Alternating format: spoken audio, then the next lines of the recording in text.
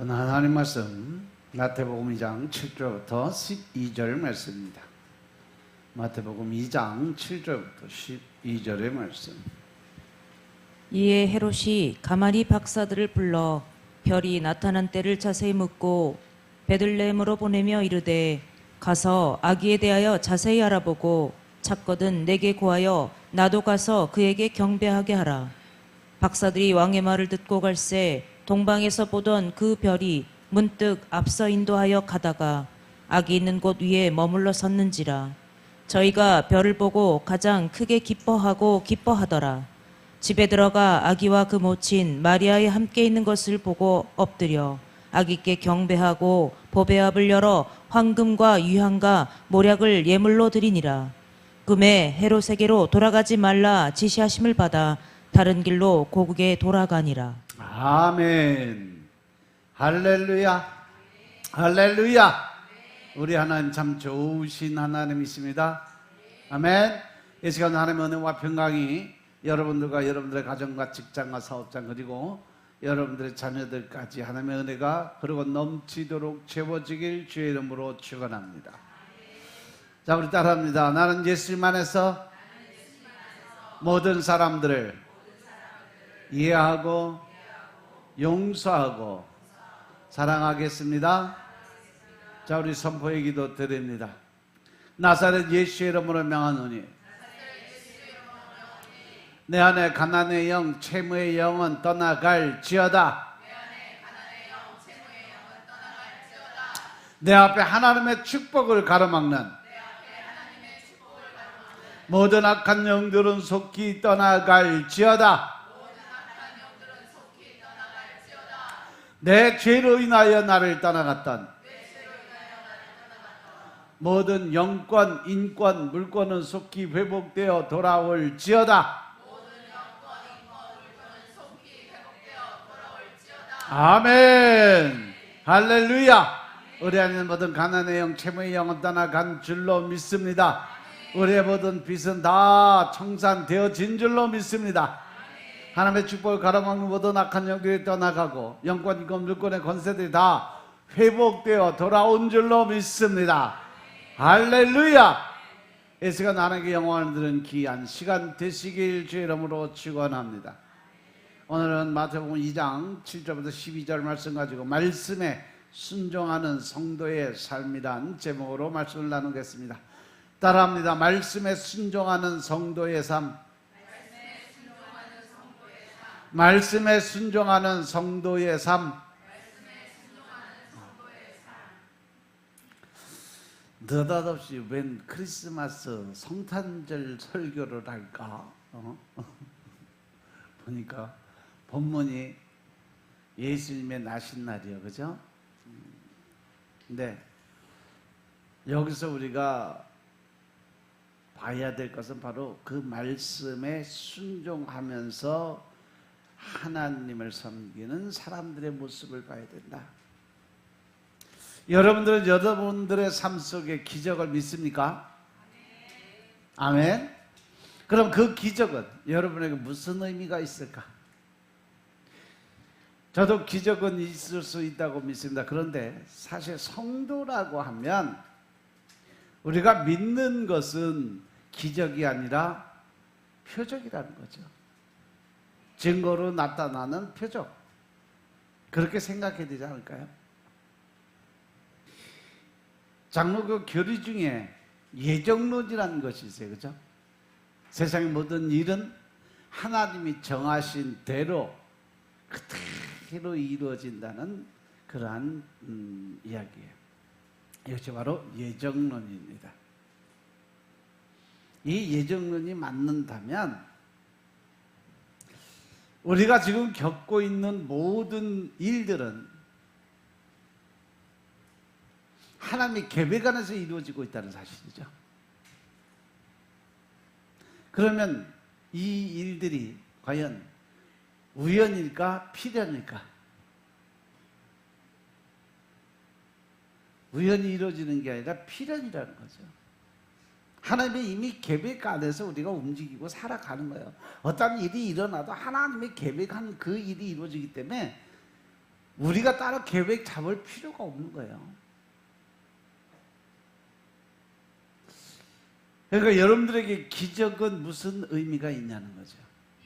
여러분들이 원하는 아니면 기대하는 신앙생활이라는 것은 과연 나는 무엇을 기대하며 지금 믿음 생활을 하고 있을까 한번 진지하게 돌아볼 필요가 있어요. 이 사복음서 말씀에 보면 여러분들이 잘 알고 있는 오병이어의 기적의 사건이 있어요. 그죠? 그 말씀을 전하시는 예수님을 따라다니던 많은 사람들이 배고픈 것을 아신 주님께서 장정만 5,000명이 되는 사람들을 물고기 2마리와 떡 5개로 다 먹이셨다는 거예요. 그 후에 예수님은 갈릴리를 건너서 가버나움으로 가셔요. 그 후에 사람들이 예수님을 찾아 가버나움까지 찾아옵니다. 왜냐하면 많은 사람들이 고침을 받고 눈을 뜨고 앉으며 일어서고 이런 것들을 봤어요. 그래서 나에게도 어떠한 기적이 어떠한 표적이 나타날까? 그래서 이때 예수님이 사람들에게 하신 말씀이 뭐냐? 요한복음 6장 26절 말씀입니다. 내가 진실로 진실로 너희에게 이르노니 너희가 나를 찾는 것은 표적을 본 까닭이 아니라 떡을 먹고 배부른 까닭이로다.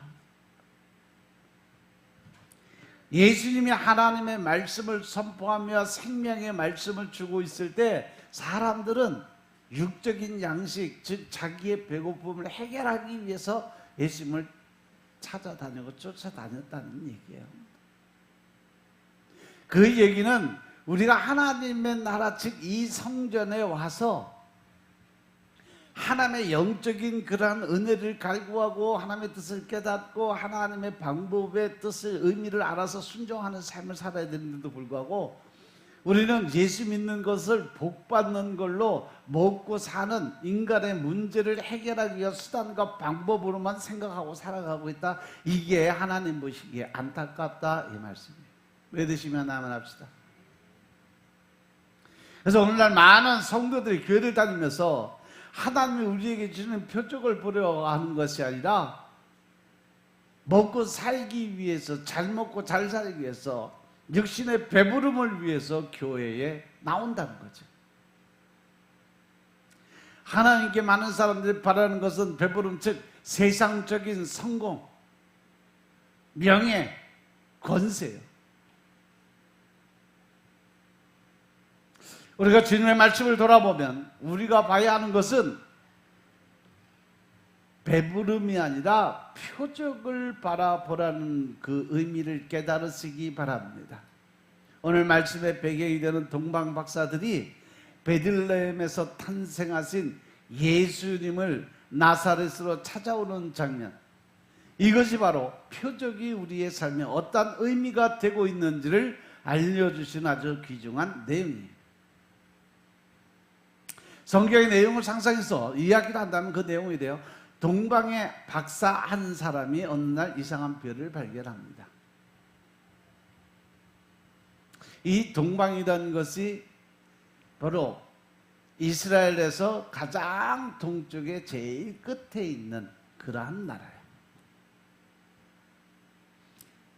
제가 여러 번 말씀드렸지만 이스라엘에서 지도표를 일직선으로 쫙 그어서 제일 동쪽에 있는 나라가 어디냐? 대한민국이에요. 삼면이 바다로 쌓이고 오직 한 길, 이스라엘 쪽으로 나갈 수 있는 길, 그 길만이 열려 있어요. 원래 우리나라 땅이 저 만주까지 다 우리나라 땅이에요. 중국이 역사 왜곡을 해서 지금 다 바꿔놔서 그렇지, 그 땅도 아마 곧 찾게 되지 않을까 생각하고 있어요. 요즘에 성경 연구가들이 성경의 역사를 다 공부하는데, 제가 어저께 올려놓은 거 들으셨어요? 단톡에 올린 거? 제가 20년 전부터 설교했던 내용 그대로 나오더라고. 그래서 이건 한번 들어봐야 되겠다. 동방의 독수리까지 나오는 거 보니까 이게 진짜 이제 마지막 때가 되니까 하나님이 마지막 때에 내가 숨겨놓은 또 다른 히브리 민족을 세워서 이 나라의 모든 것을 새롭게 바꾸겠다. 그들에게 내가 숨겨진 검은 보화를 주어서 재물을 주어서 그걸로 인해서 그들이 일어설 수 있도록 또 복음이 전파되도록 마지막 이스라엘에까지 복음이 되기까지 하나님이 일하신다는 약속의 말씀 이사야서 42장 46장 이 말씀들 쭉 들어보면요 지금 그게 그대로 이루어지고 있어요. 다니엘서에 예언된 거, 계시록에 예언된 거, 이사야서에 예언된 그 말씀들이 지금 다 이루어지고 있어요.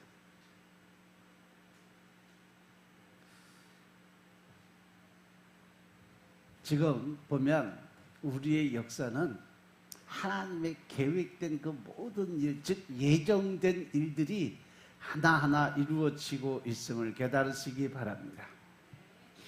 이 동방의 박사들이 이상한 별을 발견하는 것도 이미 구약시대에서부터 예정이 되어 있던 그러한 사건이에요. 그리고 함께하는 동방 박사들에게 이야기를 합니다. 저들이 그 별을 나름대로 연구하고 알게 되는 것은 그 별이 유대의 왕이 탄생한다는 표적임을 알게 되었기 때문이에요. 그래서 그들은 황금과 유향과 몰약을 예물로 가지고 새로 나신 왕에게 경배 드리기 위한 먼 여행을 시작하죠. 자기 나라의 왕이 아님에도 불구하고 왜 그들이 경배를 드려야 하는지 성경은 아무런 말도 하지 않으세요.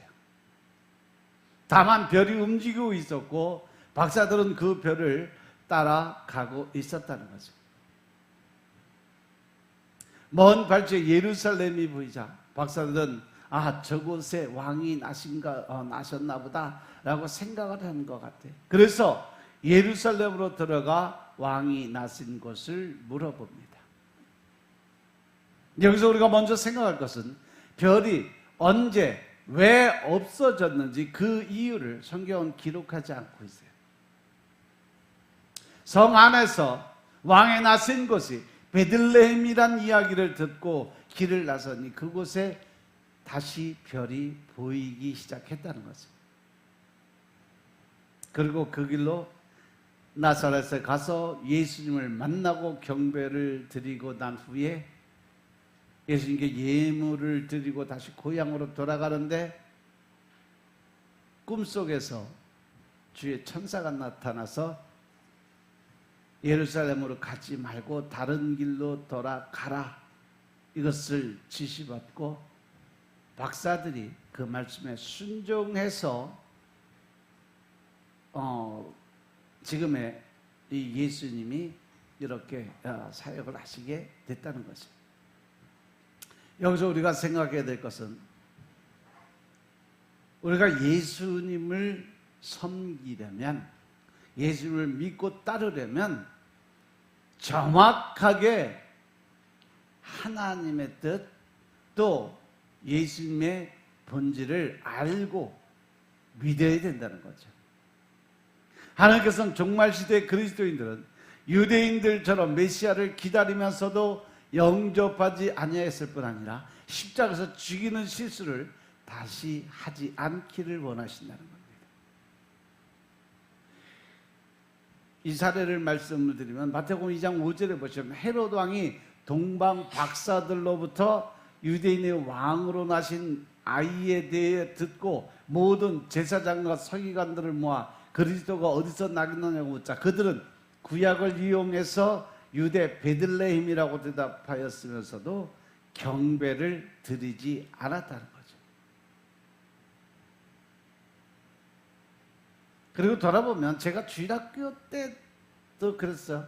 얼마 전까지도 성탄절에 동방박사가 어디 가서 예물을 드려요?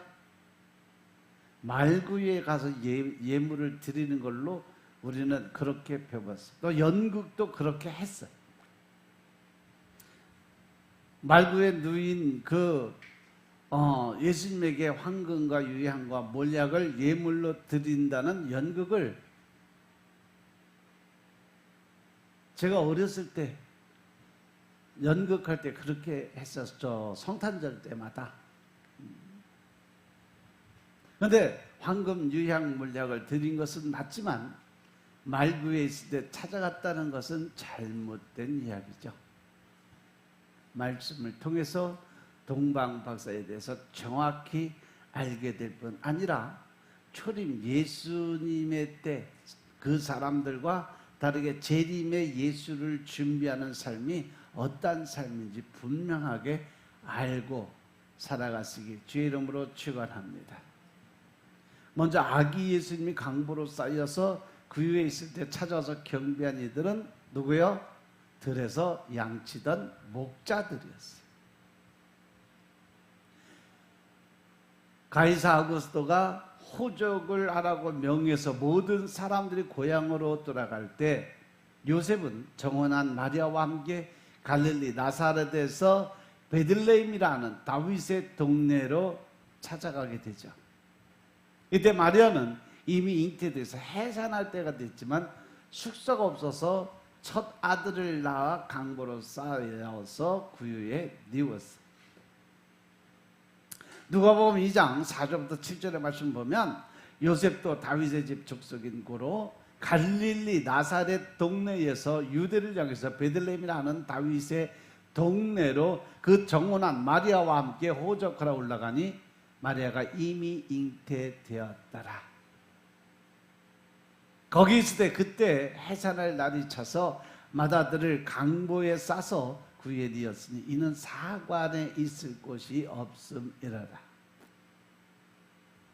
그런데 이 아기 예수가 태어난 인근에 목자들이 밖에서 양떼를 지키다가 수많은 천군 천사와 함께 찬양을 드리며 누가복음 2장 11절에 보시면 오늘날 다윗의 동네에 너희를 위해서 구주가 났으니 곧 그리스도 주시니라. 너희가 가서 강부에 쌓여 구유에 누인 아기를 버리니 이것이 너희에게 표적이다라는 말씀을 듣게 됩니다.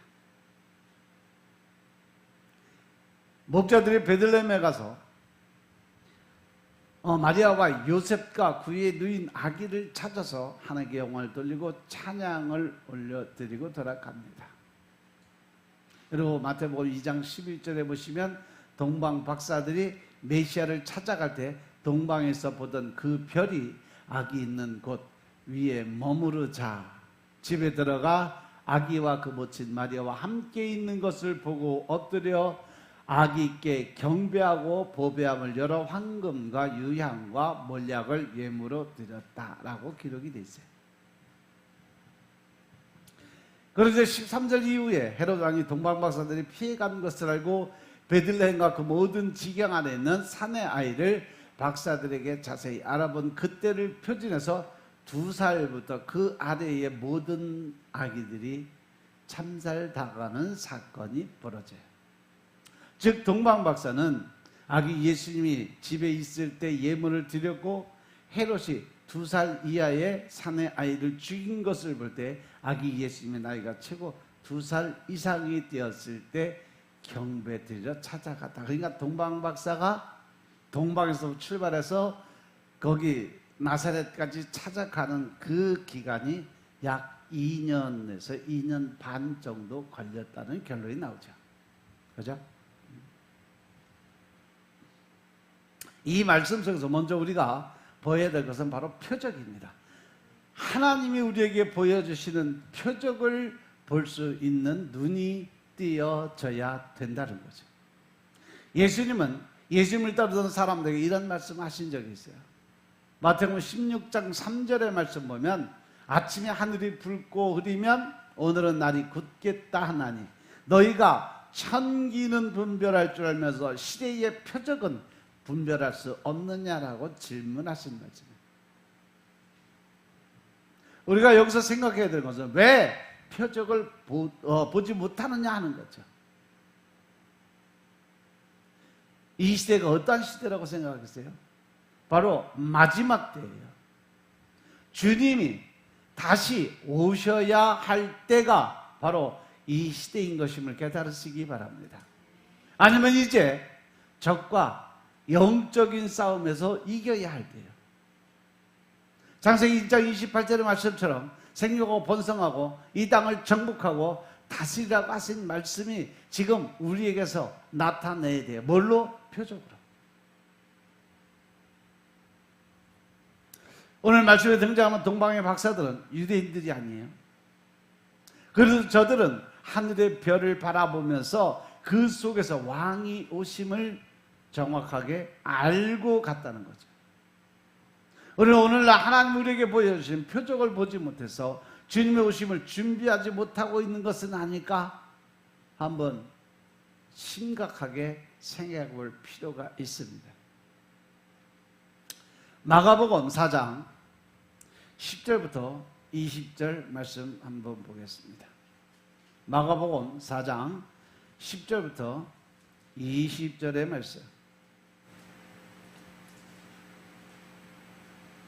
예수께서 홀로 계실 때에 함께한 사람들이 12제자로 더불어 그 비유들을 묻자오니 이르시되 하나님 나라의 비밀을 너희에게는 주었으나 외인에게는 모든 것을 비유로 하나니 이는 저희로 보기는 보아도 알지 못하며 듣기는 들어도 깨닫지 못하게 하여 돌이켜 죄사함을 얻지 못하게 하려 함이니라 하시고 또 가라사대 너희가 이 비유를 알지 못할진대 어떻게 모든 비유를 알겠느뇨.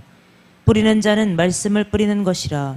말씀이 길가에 뿌렸다는 것은 이들이니 곧 말씀을 들었을 때에 사단이 즉시 와서 저희에게 뿌리온 말씀을 빼앗는 것이요. 또 이와 같이 돌밭에 뿌리었다는 것은 이들이니 곧 말씀을 들을 때에 즉시 기쁨으로 받으나 그 속에 뿌리가 없어 잠깐 견디다가 말씀을 인하여 환난이나 핍박이 일어나는 때에는 곧 넘어지는 자요. 또 어떤 이는 가시떨기에 뿌리우는 자니 이들은 말씀을 듣되 세상의 염려와 재리의 유혹과 기타 욕심이 들어와 말씀을 막아 결실치 못하게 되는 자요. 좋은 땅에 뿌리었다는 것은 꼭 말씀을 듣고 받아 30배와 60배와 100배의 결실을 하는 자니라. 아멘. 할렐루야. 이 말씀이 바로 여러분들이 다 잘 알고 있는 씨 뿌리는 자의 비유를 예수님이 직접 설명하면서 풀어주는 사건이에요. 근데 10절에 보면 예수님께서 혼자 계신 때라고 기록이 되어 있어요. 근데 마가복음 4장 1절에 보시면 비유로 가르치기 시작할 때는 예수님께서 워낙 사람들이 많이 모여들어서 그래서 배를 타고 그 호수 안으로 들어가서 계실 때예요. 예수님이 사람이 하도 많아서 배 위로 피신할 정도로 많은 사람들이 있었는데 10절에 보면 예수님은 홀로 계신다고 표현을 하고 있어요. 그러면 상황상 예수님께서 복음을 전하고 잠시 쉬는 시간이 되었을 때 제자들이 와서 물었던 것 같아요. 그리고 함께한 사람들이 12제자와 함께 예수님을 추종하는 다른 제자들이 있어요. 그 12제자와 다른 제자들이 예수님께서 가르치신 비유의 참된 의미를 물었다는 사실은 복음을 확실히 깨닫고자 하는 제자들의 강한 열망이 그 안에 들어있지 않았을까? 예수님이 가르침은 12제자에게만 제한된 것이 아니라 예수님을 믿고 진리를 사모하는 모든 사람들에게 다 개방이 되어 있다는 것을 보여주고 계시는 거예요. 그리고 11절에 하나님 나라의 비밀이라는 것은 은밀하게 통제되기보다는 오히려 모든 사람들에게 공개적으로 이미 나타나서 전파된 사건이에요. 그런데 이 비밀은 하나님께서 그것을 드러내 보이지 않는 한 절대 인간의 지식으로는 깨달을 수도 없고 알 수도 없는 비밀. 이것이 천국의 비밀입니다. 따라서 이 비밀을 깨닫기 원한다면 하나님의 계시에 의존해야 되는데 하나님 나라의 비밀은 모든 사람들에게 개방이 되어 있지만 하나님의 계시가 없이는 깨달을 수 없는 역설적인 특징을 가지고 있어. 즉 하나님을, 예수님을 믿지 않으면, 말씀을 믿지 않으면, 또 그 하나님의 계획을 알지 못하면 우리는 절대 이 하나님의 말씀을 알 수도 없고 깨달을 수도 없다는 겁니다. 하지만 그들은 예수님의 교훈을 더 깊이 분명하게 알고자 하는 열망이 있었고 하나님 나라와 복음 자체에 많은 관심이 있었던 사람이라고 볼 수가 있죠. 바로 이렇게 하나님의 나라에 대해서, 또 하나님에 대해서, 예수님에 대해서 알기를 원하고 또 그 나라를 구하는 사람들은 하나님 나라의 비밀을 소유할 수 있는 특권이 주어진다는 사실 명심하시기 바랍니다. 그래서 여러분들이 매일 말씀을 먹고 기도를 드리려는 이유가 바로 그 말씀이에요. 요즘에 읽는 기도 책 계속 읽는 사람들 손 들어봐. 두 사람밖에 없어? 셋, 넷? 빨리빨리 들어.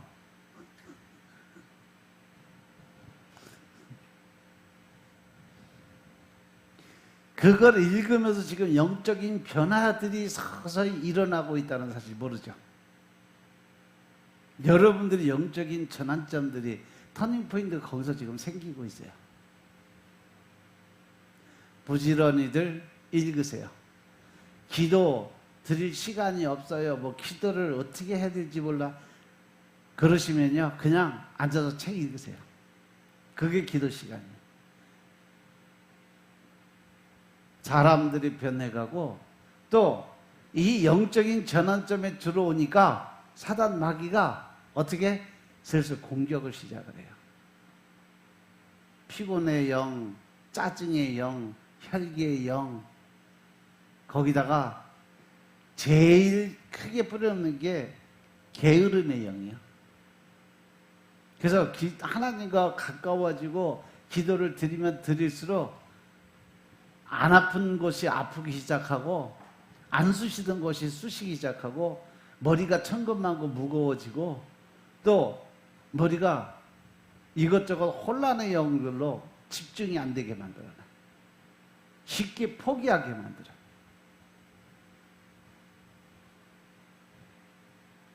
그러한 증상들이 나타나면 아, 그동안 내가 너무 모르고 너무 편안하게 신앙생활 했구나. 회개하세요. 회개하시면 해결돼요. 믿습니까? 내가 왜 이러지? 내가 어디가 몸이 안 좋은가? 병원에 가봐야 병명도 안 나가거든. 영적인 싸우면서 이겨야 되니까. 아시겠습니까? 그러니까 자꾸 생각에 혼란이 들어오고 무기력해지고 그러다 보면 뭐가 들어와? 우울증 들어와요. 그 증상들 아마 거의 다 겪어가고 있을 거예요. 이제 제대로 해방신학에서 제대로 하나님 신학으로 들어오는 거예요. 그러니까 더 열심히 읽고 더 말씀 더 깊이 들어가고 그래서 하나님과 친해지세요. 하나님과 화목하고 평안하고 그랬잖아요. 그러면 하나님이 복 주신다. 할렐루야. 올해 우리 교회에 주신 말씀이 이 말씀이에요. 너희는 먼저 하나님과 친하고 평안하라. 그리하면 복이 내게 임하리라. 욥기서 22장 21절 말씀입니다. 따라서 우리가 하늘나라의 비밀을 소유할 수 있는 첫 번째 조건은 바로 하나님에 대해서, 예수님에 대해서 온전히 잘 알고 온전한 믿음을 보이라는 거죠. 아멘. 그리고 외인에 해당하는 사람들은 대략 두 가지로 분류가 되는데, 예수님과 그의 가르침을 거부하고 적대시하는 사람들. 이들이 누구냐? 바리새인과 서기관을 포함한 유대의 교권주의자들이었어요. 그 사람들을 예수님께서는 외인에 분류를 시켜놨어요. 이들은 율법주의적 독선에 빠져 있어서 자기들의 종교적 기득권과 사회적 지위를 유지하기 위해서 예수님과 그의 가르침을 정면으로 거부하는 자들이었죠. 그래서 제사장들이 앞장서서 예수님을 십자가 못 박는 일에 앞장섰던 일이에요. 두 번째 누구냐? 하나님 나라와 복음 자체에 대해서는 관심이 없어요. 오직 예수님께서 베푸시는 기적, 이적 이러한 기사에만 관심을 집중하면서 따라다니는 무리들. 예수를 믿기는 믿는데 사람들 보고 또 인간적인 그 어떤 자기 형성을 위해서 믿음 하나도 없이 그냥 왔다리 갔다리 교회 다니면서 친문 쌓는 사람들이요. 이들은 예수께서 베푸시는 이적 기사를 체험하거나 구경꾼으로 다니면서 어느 정도 육신적인 만족을 얻을 수 있는 그런 사람들이요. 하지만 예수님의 가르침을 비유를 통해서 등져서 그치고 구원에 이르는 진리는 믿지 않기 때문에 소유할 수가 없어요. 그래서 그들이 외인의 자리에 있다. 그런데 4장 14절부터 20절까지 보면 앞에 3절에서 8절에 나오는 씨 뿌린 자의 비유에 대해서 예수님이 직접 해석을 해 주시는 거예요. 제자들이 물어보니까 그 비유에 대해서 설명을 해 주는데 씨 뿌리는 자는 3절에서 씨를 뿌리는 농부로 표현이 됐는데 여기서는 말씀을 뿌리는 자로 묘사가 됐어요. 따라서 이 사람은 말씀의 주인이신 예수 그리스도를 의미한다고 볼 수가 있죠. 그리고 더 나아가서 예수님의 말씀을 세상에 전파하는 목회자나 선교사나 전도자, 기타 그 증인, 즉 다시 말해서 예수를 믿고 나가서 증거해서 영혼 구원한 전도자들, 그런 사람들이라고 할 수 있어요. 이 말씀은 3절에서 8절에 땅에 떨어지는 씨로 표현이 되었어요. 그런데 이 말씀은 마태복음의 마태의 표현에 따르면 천국 말씀이고 누가의 표현에 따르면 하나님의 말씀으로 표현이 되어 있습니다. 즉 이 말씀은 예수님을 통해서 증거되는 말씀으로 복음을 의미합니다. 이 말씀은 예수님이 구약에 예언되어 온 그리스도라는 사실과 또 예수님과 함께 이 세상에 하나님의 나라가 도래했다는 사실을 중심 내용으로 하고 있다는 거죠. 그다음에 예수님은 말씀이 육신이 되어서 이 세상에 오신 분이니까 예수님 자신이 바로 말씀이고 사람의 마음에 멀어지는 씨앗이라고 할 수 있는 거죠.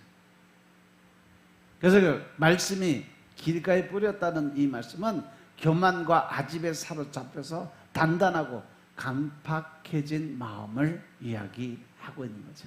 자기의가 강한 사람들. 이러한 마음은 말씀의 뿌리를 내릴 수 없기 때문에 구원의 진리를 깨달을 수도 없고 어떤 영적 감화나 감동을 체험할 수도 없는 거예요. 그리고 길가라는 것은 예수님께서 말씀하신 씨 뿌린 자의 비유에 등장하는 첫 번째 상대의 마음을 가리켜요. 따라서 길가란 마치 씨앗이 길가에 떨어지면 뿌리를 내리지 못하는 것처럼 하나님의 말씀을 들어도 그 마음의 중심에 온전한 믿음이 없어서 받아들이지 않고 그냥 지식적으로 알고 있어 방치하거나 또 오히려 그 말씀에 대적하는 배척하는 마음을 가리킨다고 볼 수가 있습니다. 그런데 이러한 상태의 마음이 되는 이유를 보면 잘못된 철학, 세상 지식이죠. 세상의 초등학문에 얽매여서 자기 스스로 묶어놓고 있기 때문에 진리가 그 안에 들어갈 수가 없다는 거죠. 내가 누군데, 내가 공부를 얼마나 했는데, 내가 무엇을 전공했는데, 하나님 말씀 보니까 과학적으로, 의학적으로 증명됐으니까 아무것도 없는데 그걸 어떻게 믿느냐, 이런 식으로 따지는 사람들이라는 거죠. 자기 자신의 어떤 경험이나 학식을 가장 훌륭한 것으로 생각하는 교만과 자만, 아집에 빠져버렸기 때문에 말씀이 그 안에 들어갈 수가 없다는 거죠. 자기 명예나 권력, 이적, 기사 등에 집착해서 복음에는 무관심하고 자기 의를 높이기 위해서 자고하는 마음, 자만의 마음이 큰 사람들이 있기 때문에 그렇다는 거죠. 그리고 이제 새들이 먹어버렸다는 것은 바로 예수님께서 하신 복음의 말씀을 듣고도 방치하거나 배척하면서 마치 새들이 씨앗을 먹어버린 것처럼 사단이 그 마음속에 복음을 빼앗아가기 때문에 진리를 경험할 수 없게 된다는 사실을 가르치기 위한 것으로 볼 수 있습니다. 그래서 그때 사단이 와서 뺏었다는 것은 마음이 단단하고 이 강팍해진 상태에서 하나님 말씀을 듣게 될지라도 그 말씀을 받아들이지 못하니까 자기 삶에 아무런 유익이 없어요. 특히 영적인 삶 속에는 전혀 상관이 없는 삶을 살아. 그러니까 늘 말씀을 듣기는 듣는데 마음속에서는 늘 거부감이 일어나는 사람들. 강단의 말씀이 나의 어떤 죄성을 건드리면 그걸로 자존심이 상하는 거예요. 그걸로 인해서 오히려 목사에게 대적하고 하나님 말씀에 대적하는 그러한 사건이 벌어지는 거예요. 즉 말씀을 들을지라도 그 말씀을 받아들이지 않고 그 말씀을 통해서 주신 하나님의 은혜와 축복을 소유할 수 없게 된다는 것을 의미하고 있습니다. 따라서 성도들이 단단하고 강팍한 마음을 지니고 있는 것은 하나님의 은혜와 축복을 거부하는 거고 저주를 자충하는 일이라는 것을 묘사해서 주신 말씀입니다. 한편 여기서 말씀을 빼앗는 주체가 사탄으로 나와 있지만 병행 구절에서 악한 자, 마귀 이런 식으로 나와 있어요. 이러한 다양한 표현은 말씀에 반대하는 세력이 사탄과 그의 하수인이라는 것을 보여주는 거죠. 그러나 이 비유가 우리들에게 주는 메시지는요, 복음을 듣는 것이 중요한 것이 아니라 그 하나님의 말씀 복음을 내 마음속 깊이 받아들여서 내 걸로 만들어야 된다는 거예요. 믿습니까? 그래서 어떠한 악한 세력이 마귀 사단이 나를 공격해서 절대로 흔들리지 말고 그 말씀의 중심으로 담대하게 싸워 이길 수 있는 능력을 받아야 된다는 거죠. 그러니까 사단이 조금 공격해서 머리가 좀 어지럽고 또 온몸이 좀 쑤시고 아프다고 그래도 이게 마귀 사단의 공격이구나, 주여 믿습니다. 담대하게 일어나서 더 움직이고 활동하고 정 견딜 수 없으면 성전에 나와서 엎드리세요. 성전에 와서 기도 드리고 이겨낼 수 있는 힘을 성령님께 받으세요. 그럼 아주 깨끗하게 치료됩니다. 아멘. 그래서 16절에 돌밭은 뭐냐? 복음을 받아들이고자 하는 의지는 있지만 아직도 인간적인 교만과 아집에 지배받는 그런 마음을 가리켜요. 즉 양쪽 발에 한 발은 세상에, 한 발은 성전에. 그래서 늘 뛰고 있는 사람들. 그래서 늘 이 영적인 혼란 속에 빠져 있는 사람들. 순간적인 어떤 충동이나 감정에 지배받는 마음을 가리킵니다. 왜? 마귀 사단이 들어와서 제일 먼저 사람들을 거꾸로 튀는 가장 좋은 방법이 뭔지 알아요? 혈기, 분노, 짜증을 확 일으켜갖고 말씀을 들을 때는 맞아, 내가 이렇게 변해야지, 그래 맞아 고개 끄덕끄덕 다 끝나고 나가면서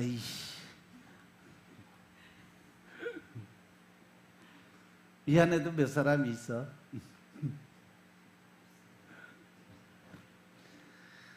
이런 마음은 하나님에 대한 믿음, 즉 신앙심이 깊지 못하기 때문에 자신의 삶을 하나님께 완전히 맡기지 못하는 상태의 삶을 살아갈 수밖에 없다는 거죠. 왜? 내가 주체가 돼야 되니까. 하나님의 중심이 있어야 되는데 내가 중심이 있어서 그래. 모든 것은 다 내가 생각한 대로, 내가 계획한 대로, 내가 뜻한 대로 움직여야 돼요. 상대방 말하는 것도 내가 원하는 대답이 나와야 끝을 맺는 성격이 있어요. 바로 그런 사람들이죠.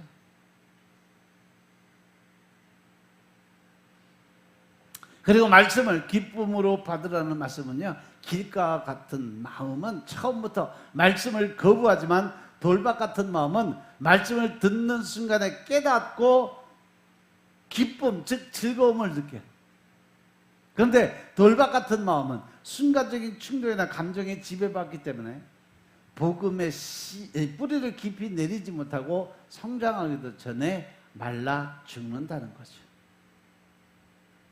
이런 현상이 일어나는 것은 겉모험은 부드러워 보이지만 속마음은 아직도 돌과 같이 단단한 상태, 즉 자아가, 고집이, 아집이 그 안에 자리 잡고 있기 때문에 그 완악한 마음을 버리지 못해서 하나님을 만날 수가 없다라는 거예요. 그래서 하나님은 우리에게 늘 뭐부터 하라고 그래요? 내려놓고. 하나님 다 내려놓고 다 포기하는데 하나님 요거 하나는 제가 꼭 가지고 가야 되겠어요. 그럼 하나님 뭐라고 그러셔? 너는 그거부터 내려놔. 이거부터 시작해요. 그게 자존심이거든요. 그게 자아예요. 근데 내가 살아있으면 내 안에 하나님이 들어오실 수가 없어요.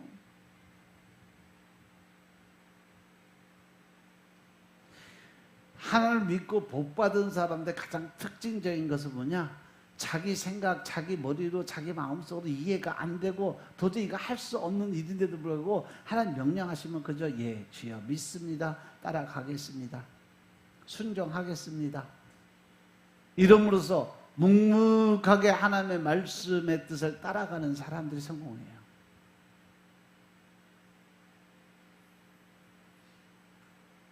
하나님의 명령 앞에는요, 그런데요, 왜 그래요? 이러한 어떤 의문이 들어갈 수가 없어요.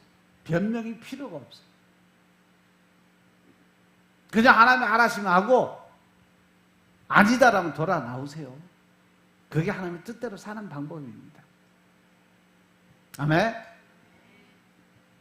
그래서 17절에 뿌리가 없다는 말씀은 뭐냐? 복음에 대한 확신이 부족하다는 거죠. 즉 말씀을 들을 때 순간적인 기분에 사로잡히기는 하지만 영적 토양이 얇기 때문에 그 기쁨을 계속 유지할 만한 확신이 부족하다. 즉 믿음이 없다라는 것이에요. 그래서 잠깐 견디다가 넘어진다는 말씀은 돌박 같은 마음은 말씀을 들을 때는 마음의 문을 열고 기쁨으로 받아들이지만 시험의 때가 닥쳐오면 잠시 어려운 일이 생기고 연단이 들어오면 조금 견디다가 믿음을 쉽게 포기하는 사람들을 얘기합니다. 사실 돌박 같은 마음은요, 겉마음은 부드러운 흙것 같아서 말씀에 대해서 관심을 표현해. 그렇지만 속마음은 아직도 교만과 아집이 살아있어서 말씀을 들을 때는 기쁨으로 받아들이면 결국은 뿌리를 내리지 못하기 때문에 환난과 핍박이 다가오면 견디지 못하고 그 믿음을 포기하고 떠나는 사람들한테 주는 말씀입니다. 우리가 말씀으로 대해서 신앙심의 믿음에 의해서 환난이나 핍박이 일어나는데 6절에 의하면 여기서 환난이나 핍박에 대응하는 단어가 바로 해, 즉 태양입니다. 즉 식물이 성장하기 위해서 필수적인 태양의 빛, 자외선이 이 빛이 오히려 뿌리가 얕은 식물에는 치명적인 결과를 일으킬 수 있다는 거예요. 그러한 의미에서 믿는 자들에게 있어 환난과 핍박이 없을 수는 없고 이것은 오히려 신앙 성장에 도움이 될 수 있다는 사실을 명심하시기 바랍니다. 내가 믿음 안에서 예수를 믿었는데 하나님을 믿는 믿음 안에서 신앙생활 하면서도 계속 연단이 오고 환난이 찾아오는 이유는 다른 거 없어요. 환난과 연단, 이 고난 뒤에는 반드시 뭐가 있다? 축복의 문이 기다리고 있다는 사실 명심하시기 바랍니다. 그래서 18절에 가시떨기에 뿌리는 자는 앞에서 언급된 두 경우는 싹을 내지 못하고 없어지는 경우와 싹은 내지만 말라 죽는 경우를 말하는 반면 여기서의 말씀은 뿌리를 깊이 내리고 싹은 자라는데 결국 열매를 맺지 못하는 그러한 신자들이에요. 즉 이 경우 사람은 말씀을 받아들이고 이해할 수 있는 능력은 있는데 자기의 인간적이고 세속적인 욕망 아니면 세상의 유혹을 극복하고 말씀에 복종할 수 있는 결단력이 없는 사람한테 주시는 것이에요. 지식적으로 다 알아. 성경도 많이 읽어서 지식은 많이 쌓였어. 그런데 그 안에 있는 말씀이 그대로 이루어질 거라는 그 믿음의 확신이 없는 사람이라는 거예요. 그래서 언제나 바람이 나는 겨와 같이 언제든지 이 팔랑귀가 될 수가 있다는 거예요.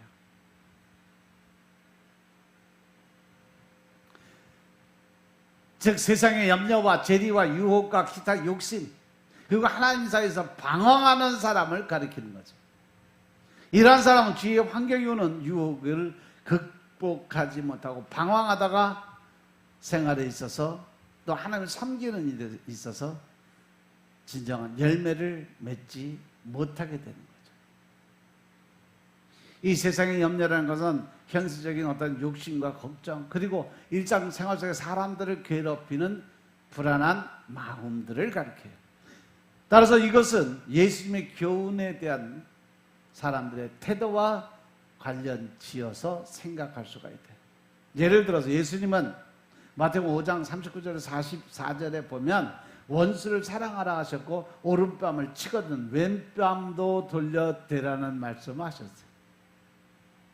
그런데 어떤 사람들은 이러한 계명을 지킬 경우에 자신의 세상적인 명예와 지위, 체면 등에 손해될 것을 염려한다는 거죠.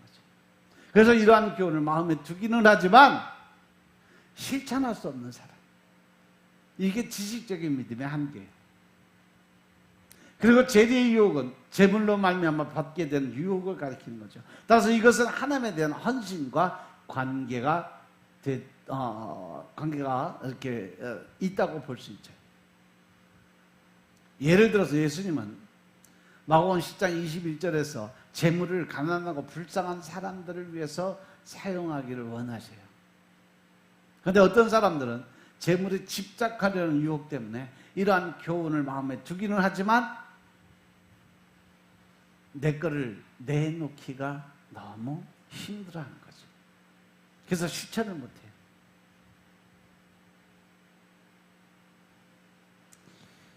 그리고 누가복음 8장 14절의 말씀 볼 때 쾌락에 대한 욕망이라고 볼 수 있어요. 사실 예수님은 방탕함과 술 취함, 간음 이런 것의 세속적인 정욕을 버리라고 말씀하세요.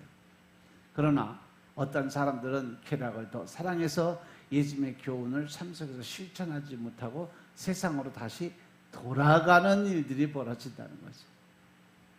바울과 같이 사역했던 데마가 그랬어요. 이와 같은 사실 때문에 예수님은 세상의 염려, 재리의 유혹, 기타 욕심들이 말씀이 열매 맺는 것을 방해하는 가시떨기로 보고 말씀을 주셨다는 거죠. 그래서 20절에 좋은 땅, 옥토밭이죠. 이 사람들은 마음이 부드럽고 온유한 마음을 가져서 복음을 민감하게 받아들이고 실천하는 그러한 사람들을 말씀하세요. 겉마음뿐 아니라 속마음까지도 변화돼서 신앙이 깊고 복음의 뿌리를 튼튼하게 내리는 그러한 마음을 가진 사람들을 말씀하시는 거예요.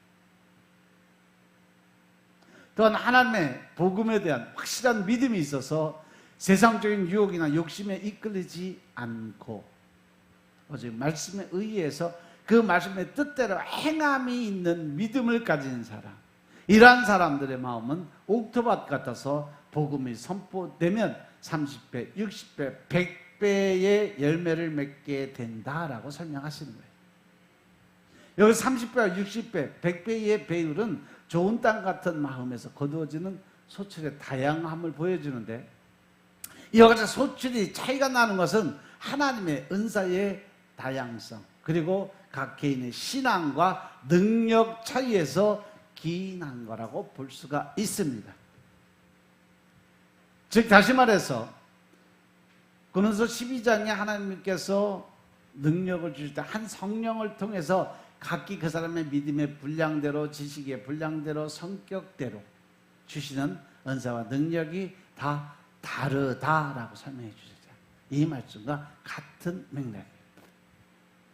따라서 이 배울은 옥토밭 같은 마음을 맺는 열매의 중요함이 어떤 건지 실질적으로 보여주신 말씀입니다. 성경이 말하고 있는 마지막 때의 표적은 이미 말씀 안에 다 기록해 놓으셨어요. 중요한 것은 우리가 그 성경 하나님의 말씀을 모르니까 성경 하나님이 말씀하고 있는 표적을 모를 수밖에 없다는 거예요.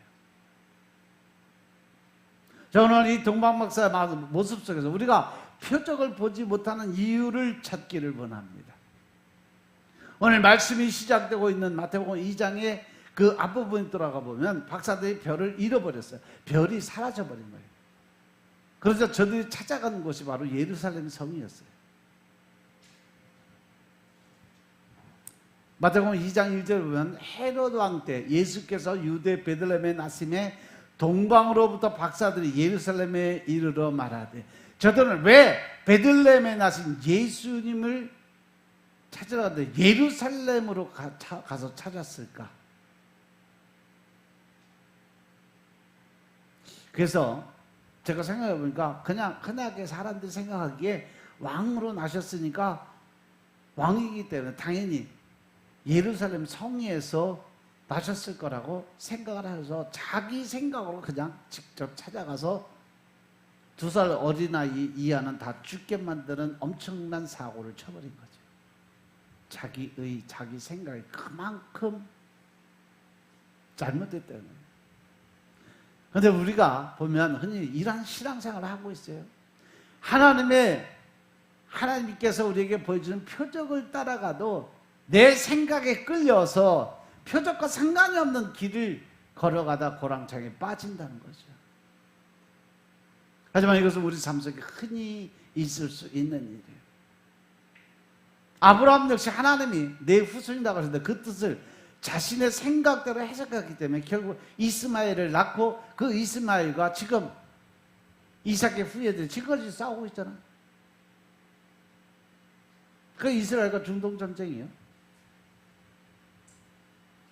우리 생각에 우리에게 보여주신 하나님의 표적을 보지 못하게 해요. 우리의 성급함이 하나님이 우리에게 보여주는 표적에서 눈을 멀게 해요. 그런데 저들이 다시 표적이 되는 별을 보게 된 것이 언제일까? 예루살렘을 떠나서 베들레헴으로 방향을 트니까 별이 다시 나타난 거예요. 예루살렘에 들어갔을 때 별이 없어졌어요. 그런데 예루살렘을 빠져나와서 베들레헴 쪽으로 나오니까 별이 다시 나타났어요. 이것이 정말 중요한 전환점이라는 것이죠. 우리가 언제 하나님의 표적을 보게 될까? 세상의 성공에서 돌아서서 하나님이 원하시는 것을 보고자 하는 결단이 있어야 돼요. 예루살렘이란 현실을 지배하는 왕의 성에서 돌아서서 자꾸 보잘것없는 이 베들레헴, 그러나 주님이 계신 곳을 향해 발길을 돌렸을 때 하나님은 우리에게 표적을 보여주신다는 사실 명심하시기 바랍니다. 이 자리에 함께 하신 하나님의 자녀된 여러분들이 하나님의 표적을 구하는 성도가 되시길 주의 이름으로 축원합니다. 세상이 성공이라고 하는 자리라고 하는 예루살렘에서 돌아서서 주님이 계신 곳, 하나님의 표적이 이끄는 베들레헴으로 향해 나아가는 여러분들이 되시길 주의 이름으로 축원합니다. 세상적인 것 바라보다가 동방 박사들처럼 하나님의 주신 표적 그 자체를 잃어버리고 엉뚱한 일을 해서 불행의 씨앗을 만들지 말고 주님을 만났는데 성공하는 하나님의 자녀들이 되시길 주의 이름으로 축원합니다. 기도드리겠습니다. 아버지 하나님 감사드립니다. 오늘도 아버지 하나님의 은혜 가운데 우리가 살아갈 수 있도록 도와주시고 믿음 안에서 변화된 삶을 살게 역사하시니 감사합니다. 우리의 삶이 오직 주님의 영광을 위해서 쓰임받는 도구의 삶을 살 수 있도록 도와주시고 또한 하나님의 계획 안에서 우리가 쓰임만 두구의 삶을 살 수 있도록 주님이 역사하여 주옵소서. 오직 성령님이 일하시니 우리의 삶 속에 우리가 변화된 말과 행동이 변하고 언어가 변화되는 그러한 역사가 일어날 수 있도록 주님이 축복하옵소서. 모든 말씀 우리 주 예수 그리스도의 이름으로 감사드리며 기도드렸사옵나이다. 아멘.